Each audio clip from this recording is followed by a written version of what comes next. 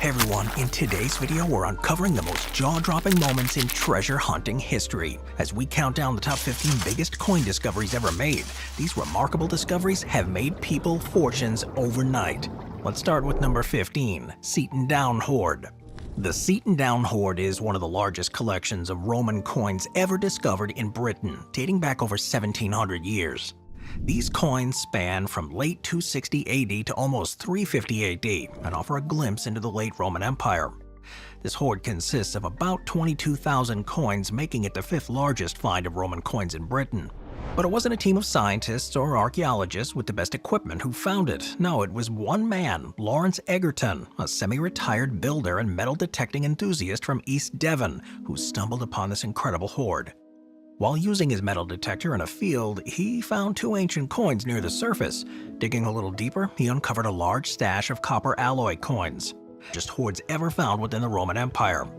The coins provide a family tree of the House of Constantine, with various portraits illustrating the lineage and reign of this influential dynasty.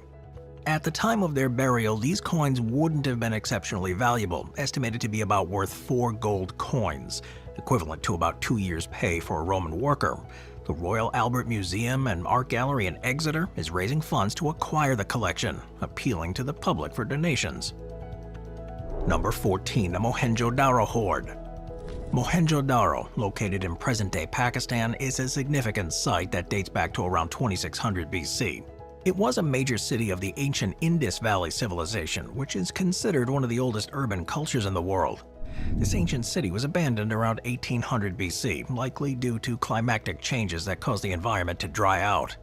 But it wasn't too long ago that an astonishing hoard of copper coins was discovered within the ruins of a Buddhist stupa at Mohenjo, uncovered at the stupa's ruins since 1931. The coins bear a resemblance to those found in the 1920s and 30s, further enhancing the narrative of the site.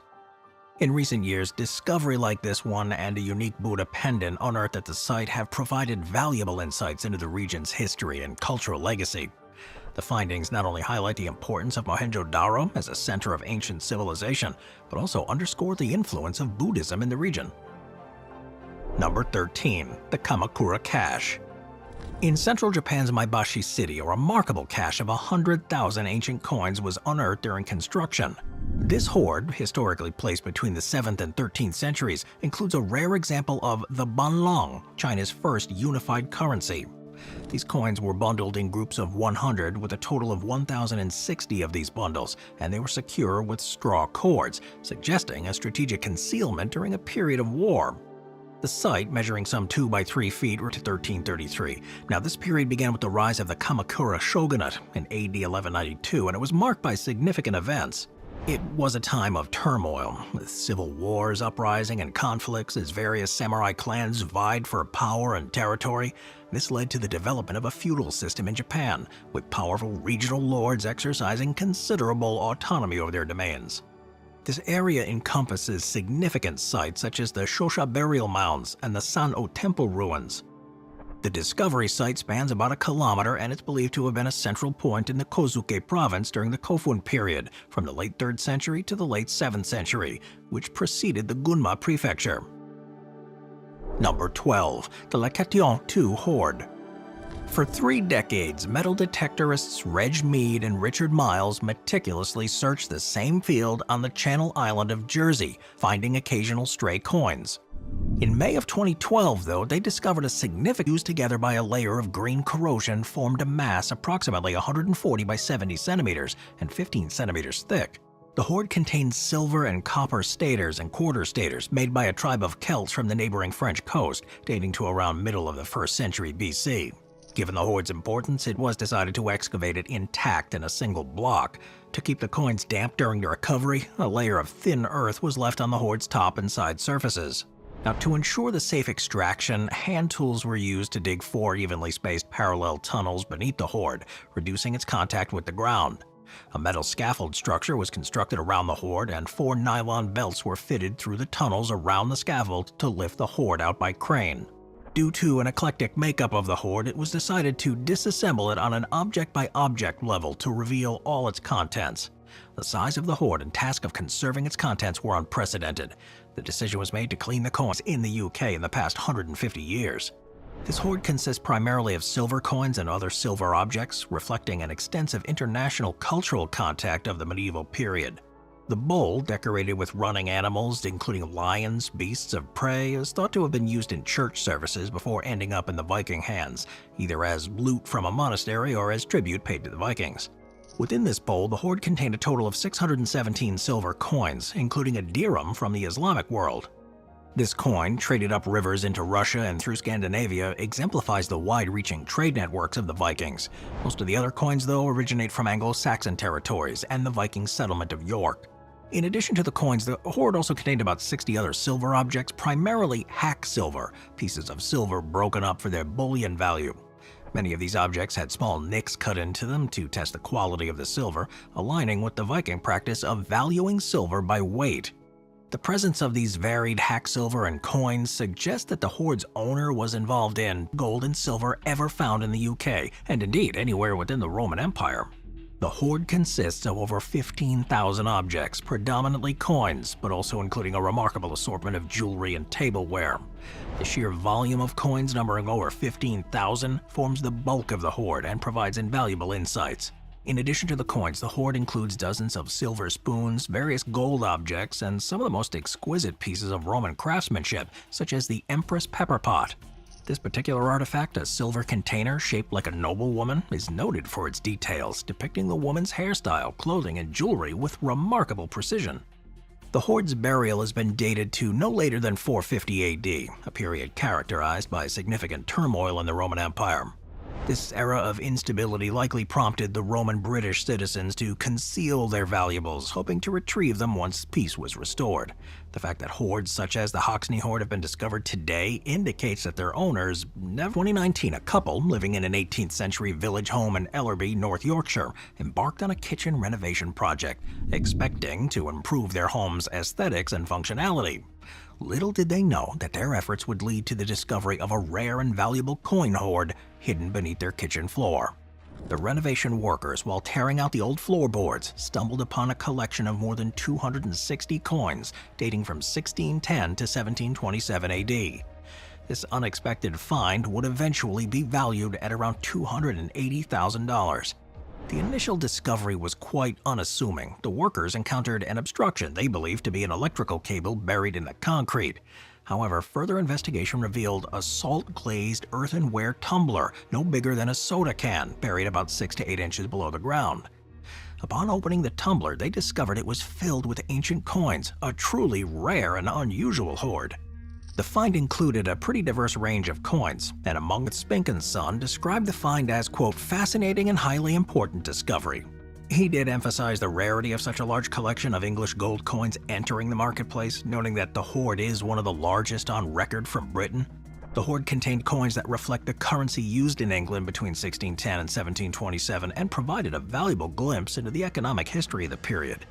Under British law, though, the coins didn't meet the criteria for treasure, allowing the couple to retain ownership of the hoard, except for the Brazilian coin. This legal detail ensured the couple could fully benefit from their discovery. The coins, disclaimed by the state as treasure, were scheduled to go on auction in October of 2022, with proceeds expected to more than cover the couple's renovation expenses. Number 8. Horsehope Crag Hoard. In the stories of old, treasure hunters cut through the dense jungles, dive down to dangerous shipwrecks, and search for buried artifacts with high market value, attaining to a time in Scottish history from which only a few artifacts have ever been recovered. Mariusz Stepien, a 44-year-old metal detectorist, was the lucky person who found the long-lost hoard. Following UK law to the letter, Stepien and his friends immediately contacted the Scottish government's treasure trove, who sent a team of archaeologists to the site. He was so dedicated to the discovery, he set up a campsite and slept in the field for 22 nights, while archaeologists excavated the Bronze Age treasure hoard. This hoard included a horse harness, buckles, rings, ornaments, a sword still in its scabbard, and axle caps from a chariot. These finds are now being studied in Edinburgh at the National Museum's Collection Centre. The jewel in the crown of this hoard was the sword still in its scabbard, representing the first of its type ever discovered in Scotland, and only the third found anywhere in the UK to date. The soil had preserved the organic elements of the hoard, allowing archaeologists to trace the leather straps that once connected the bronze ring of Roman bronze artifacts at an undisclosed location. The most exciting of these finds is an intact healing statue that's been linked to the Roman Lydney Temple, the same temple that inspired J.R.R. Tolkien to add a key element to The Hobbit and The Lord of the Rings. The Guardian reports that the 4th century bronze hoard was discovered by Pete Cresswell and Andrew Broughton in Gloucestershire. Archaeologist Kurt Adams and the Gloucestershire and Avon Finds liaison officer describes the finely detailed healing statue of a standing dog as a unique find for British archaeology. It is the only known sculpture of a licking dog dating to Roman times to be found in Britain. The licking dog statue with its tongue out stands out among the other bronze pieces, which appear to have been deliberately broken and hidden. Gloucester was probably founded by the Romans in around 90 AD, and it was a prominent Roman town, denoted as a colonia. These settlements were either completely new or based on previously established forts, as was the case for Gloucester. The name founded the site. Number 6. The Saddle Ridge Hoard. So the Saddle Ridge Hoard is a treasure trove of over 1,427 gold coins. It was unearthed in the gold country of the Sierra Nevada, California, in 2013. The coins, with a face value of $27,000, were assessed to be worth a staggering $10 million. This collection, comprised of $20 coins, $500 and $10 coins, and about $20 and $5 coins, dates from 1847 to 1894. Now, the discovery of this hoard happened in February of 2013 on private property in California's gold country. For privacy reasons, the exact location hasn't been disclosed, other than confirming it's in a hillside area near the site of the gold rush of 1849. The couple stumbled upon the treasure while walking their dog, a route they had hiked numerous times before. It was only when they noticed a rust-covered metal can poking out of the ground that they decided to investigate. Before finding the trove, it also stands as a monumental find in the realm of buried treasure discoveries. Number 5. The Frome Hoard. The Frome Hoard, unearthed in April of 2010 by metal detectorist Dave Crisp near Frome in Somerset, England, stands as a remarkable discovery. Composed of over 52,000 Roman coins contained within a ceramic pot measuring 18 inches in diameter, the hoard dates from 253 to 305 AD. These coins, primarily made from debased silver or bronze, represent one of the largest coin hoards ever found in Britain. The discovery happened on April 11th of 2010 when Dave Crisp was metal detecting in a field near Frome. He had previously found late Roman silver coins in the same area, and upon receiving what he described as a funny signal, began digging. At a depth of around 14 inches, he found a small coin at the top of a small pot. Recognizing the importance of his find, he prudently stopped digging and filled in the hole, marking the spot for further professional excavation. Silver coins struck in the Roman Empire at that time. Valued at over £320,000, the Frome hoard was acquired by the Museum of Somerset in Taunton in 2011. This acquisition was made possible through the Treasure Valuation Committee's assessment in October of 2010. The preservation of coins and the intact state of the ceramic pot suggest that the hoard might have been a communal votive offering to the gods. This theory, proposed by Sam Moorhead of the Portable Antiquities Scheme, is bolstered by the fact that the pot was too large and fragile to be easily recovered without breaking, indicating it wasn't intended for retrieval. Following its discovery, the Frome hoard captured interest of both the public and academic communities. Selected coins were displayed at the British Museum and the Frome Library in 2010. The entire hoard was subsequently exhibited at the British Museum before becoming a central feature at the Museum of Somerset in Taunton. Number 4. The Atocha Treasure. The story of the Atocha treasure begins with Nestros of 20 heavily loaded ships departed from Havana, Cuba en route to Spain. The very next day, a hurricane struck the Florida Straits, sinking 8 of the ships, including the Atocha, which served as the rear guard of the fleet.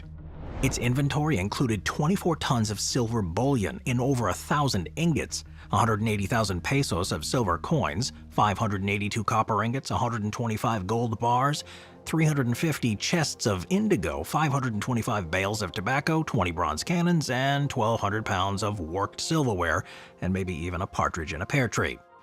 In addition to the official cargo, the ship carried unregistered jewelry and personal goods smuggled to avoid taxation. Well, the treasure remained pretty elusive until 1969, when Florida treasure diver Mel Fisher embarked on a 16-year quest to find Atocha's main pile. Fisher, renowned for his relentless optimism, encouraged his team daily with the motto, "Today's the day." Well, in 90,000 silver coins and 24 tons of Bolivian silver. Today, the Mel Fisher Maritime Museum in Key West, Florida displays a wide array of artifacts from the Atocha. One emerald ring from the Atocha Hall was valued at over $60,000 and sold for over $1 million at auction. According to Gabby Harvey, head of business development at Museo Emerald Colombia, these items are considered priceless.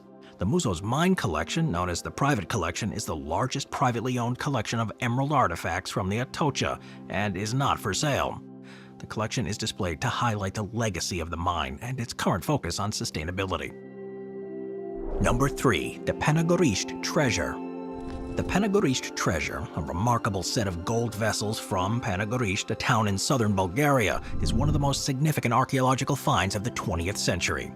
Discovered by accident in 1949, this treasure is dated to between the late 4th and early 3rd century BC, and it belongs to the Thracian Civilization. Archaeological Institute and Museum received the message several days later. The director of the museum promptly traveled there to collect the treasure and brought it back to Plovdiv. Thus, Plovdiv became the permanent home of the Panagurist treasure. It consists of 9 items, 4 rhytons, 3 rhytonized pitchers, a rhytonized amphora, and a large shallow philae. Now, these objects, crafted entirely from gold, weigh a total of 13 pounds. The details in them reflect craftsmanship of the Thracians, offering insights into their worldview as they reshaped Bulgaria's image on the world stage. For the next decade, the treasure was displayed in the central hall of the Archaeological Museum. In the 1960s, the treasure embarked on its first international tour, starting in Rome, then traveling to Paris, Munich, Leningrad, Budapest, Warsaw, and Montreal.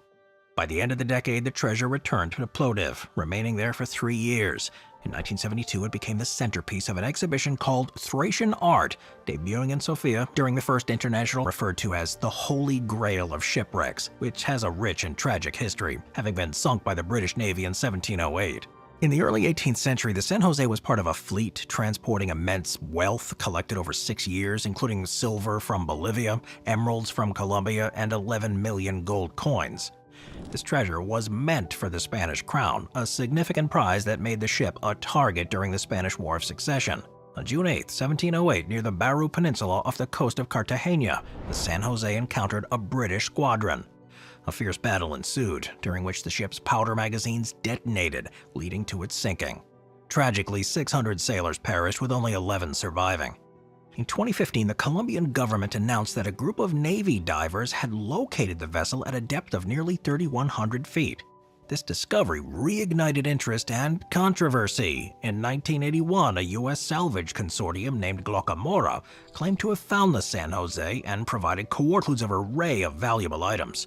The cargo, once intended for the Spanish crown, has vast quantities of silver, gold, and precious emeralds, which have been preserved remarkably well. The Colombian government's objective is not only to recover the treasure, but also to establish an archaeological laboratory for cleaning, researching, and inventorying the artifacts before displaying them. This endeavor aims to celebrate and preserve the rich maritime heritage associated with the San Jose. Number 1. The Staffordshire Hoard. The Staffordshire Hoard, discovered in 2009, is the largest known collection of Anglo-Saxon gold and metal artifacts. This remarkable treasure trove was unearthed by Terry Herbert, an amateur metal detectorist, on July 5, 2009. Herbert was searching farmland in Hammerwich, Staffordshire in England when his metal detector signaled the presence of something. What he found was an extraordinary hoard of over 3,500 pieces of gold and silver, transforming a routine day into a historical discovery, and the operation was kept secret to protect the site. The announcement of the find on September 24, 2009 generated huge interest, with a dedicated website receiving over 10 million views within a week. The hoard was valued at over $5 million and declared treasure, making it property of the Crown. Further excavations in 2010 and 2012 unearthed additional pieces, reaffirming the site's historical importance, and the total collection now includes 11 pounds of gold and 3 pounds of silver, making it the largest discovery of Anglo-Saxon gold to date. Now, one of the hoard's most enigmatic items is probably the bishop's headdress. This headdress is crafted from gold and inlaid with garnets and glass, and dates from a period when Christianity was being re-established across many local kingdoms. It features both Christian crosses and pre-Christian Anglo-Saxon designs, symbolizing the merging of old and new religious influences. The reasons behind the Hoards burial remain speculative. Michael Lewis